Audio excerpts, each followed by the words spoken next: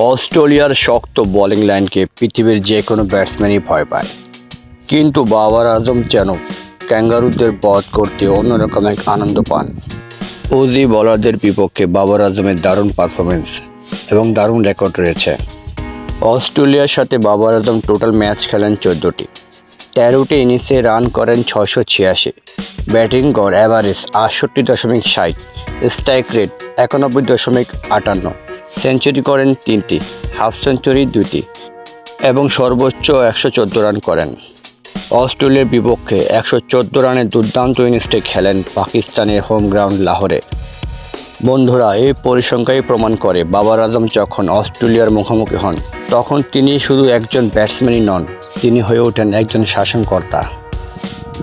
বলার যেই হোক না কেন, বাবর আজমের কাভার ড্রাইভ আর ফ্লিক শটের সামনে তারা সবাই পরাস্ত হয়েছেন। অস্ট্রেলিয়ার মতো বিশ্ব চ্যাম্পিয়ন দলের বিরুদ্ধে এই ধারাবাহিকতা বজায় রাখা সাধারণ কোনো বিষয় নয়। এটি কেবল বাবরের অসামান্য প্রতিভা এবং ক্রিকেটের প্রতি তার গভীর একাগ্রতার কারণেই সম্ভব হয়েছে। বাবর আজম অস্ট্রেলিয়ার বিরুদ্ধে নিজেকে বারবার প্রমাণ করেছেন এবং বিশ্ব ক্রিকেটকে দেখিয়েছেন কেন তাকে এই প্রজন্মের অন্যতম সেরা ব্যাটসম্যান বলা হয়।